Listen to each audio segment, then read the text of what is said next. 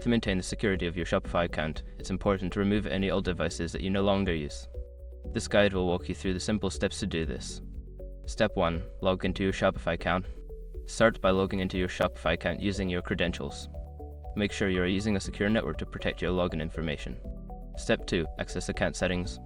Once logged in, navigate to the settings section located at the bottom left corner of the admin dashboard. Click on Settings to open the settings menu. Step 3. Go to Security Settings. In the settings menu, find and select the security option. This section contains all the security-related settings for your account, including device management. Step 4. Review connected devices. Look for the section that lists all connected devices.